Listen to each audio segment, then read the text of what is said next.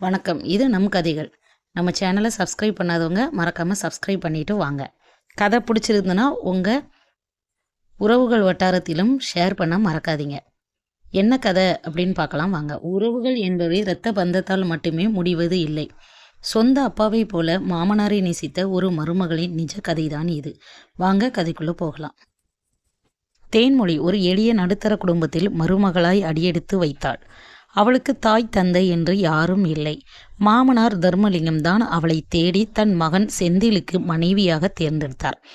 மனைவியை இழந்த பின் மகனை சிரமப்பட்டு வளர்த்த அந்த அன்பான தந்தையை பார்த்தபோது தேன்மொழிக்கு அவர் மேல் அளவில்லாத பாசம் ஏற்பட்டது. செந்தில் குடும்பத்தின் தேவைக்காக வெகு தொலைவில் உள்ள நகரத்திற்கு வேலை நிமித்தமாக சென்றார். அவர் புறப்பட்ட சில நாட்களிலேயே தர்மலிங்கத்தின் உடல்நிலை பலவீனமடைந்து தொடங்கியது. தேன்மொழிக்கு வீட்டில் இருந்த பொறுப்புகளோடு மாமனாரை கவனித்து கொள்ளும் கடமையும் சேர்ந்தது. தேன்மொழி தனது கடமைகளை சற்றும் தளராமல் செய்தாள். தன் சொந்த அப்பாவை போல அவருக்கு சாப்பாடு ஊட்டினாள். சரியான நேரத்திற்கு மருந்துகளை கொடுத்தாள். இரவு முழுவதும் விழித்திருந்து அவரது தேவைகளை கவனித்தாள். அவளது முகம் கவலையுடன் இருந்தாலும் அவள் மனதில் ஒரு உறுதியான அன்பும் தைரியமும் நிறைந்திருந்தது. தேன்மொழியின் அர்ப்பணிப்பை கண்டு தர்மலிங்கம் நெகிழ்ந்து போனார்.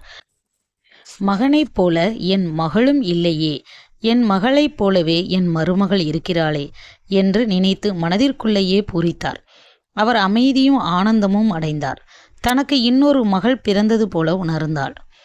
தேன்மொழியின் இடைவிடாத கவனிப்பில் இருந்தும் இயற்கையின் நியதி நிறைவேறியது.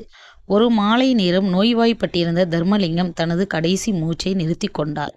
அந்த அமைதியான வீடு துக்கத்தின் நிழலில் மூழ்கி போனது. தேன்மொழிக்கு பெரும் அதிர்ச்சி ஏற்பட்டது.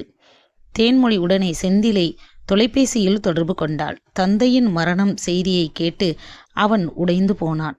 ஆனால் அவனது வேலை சூழ்நிலை காரணமாக அவனால் உடனடியாக அங்கிருந்து திரும்ப முடியவில்லை.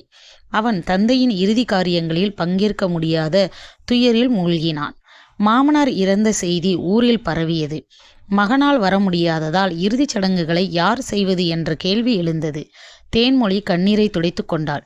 தனக்கு ஒரு வீடு, ஒரு குடும்பம் அளித்த அந்த மனிதனை கௌரவமாக வழியனுப்ப வேண்டும் என்று அவள் மனதில் உறுதி பூண்டாள். பாரம்பரியமாக மகனே செய்ய வேண்டிய கடினமான சடங்குகளை செய்ய தேன்மொழி துணிந்தாள். அக்கம் பக்கத்தினர் உதவியோடு ஊர் பெரியவர்களின் வழிகாட்டுதலோடும் அவள் தனது துக்கத்தை ஒருபுறம் வைத்துவிட்டு ஒரு மகனைப் போலவே அனைத்து இறுதி கடமைகளையும் செய்தாள். தேன்மொழியின் மகத்தான காரியத்தை ஊர் மக்கள் அனைவரும் ஆச்சரியத்துடனும் பெருமையுடனும் பார்த்தனர். அவர்கள் அங்கு மருமகளை காணவில்லை, தந்தைக்கு செய்ய வேண்டிய கடமைகளை நிறைவேற்றும் ஒரு பக்தியுள்ள குழந்தையை கண்டனர். அவளது தன்னலமற்ற செயல் உறவுகளின் உண்மையான பிணைப்பை பற்றி பேசியது. தேன்மொழி தன் கடமைகளை செய்து முடித்தாள்.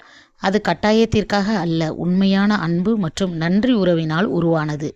அவள் தேர்வு செய்து அன்பினால் வளர்க்கப்பட்ட ஒரு குடும்ப பிணைப்பு இரத்த உறவுகளையும் பாரம்பரியங்களையும் பாத்திரங்களையும் கடந்தது என்பதை நிரூபித்தாள். அதுவே அவள் செய்த மகத்தான காரியம் ஆகும். இந்த கதையின் மூலம் உறவுகளுக்கு இடையே உள்ள உண்மையான அன்பும் கடமையுமே முக்கியம் என்று, இரத்த பந்தத்தை விட மனபந்தமே பெரியது என்று நீங்கள் உணர்ந்திருப்பீர்கள் என்று நம்புகிறேன். இந்த கதையில் வரும் மருமகள் செய்த காரியம் பற்றி உங்கள் கருத்து என்ன? உறவுக்கு நீங்கள் கொடுக்கும் முக்கியத்துவம் என்ன? மறக்காமல் கமெண்ட் பண்ணுங்கள். கதை உங்களுக்கு பிடிச்சிருந்ததுன்னா லைக் பண்ணுங்கள், ஷேர் பண்ணுங்கள். மீண்டும் சந்திப்போம் அடுத்து நம் கதைகளோடு.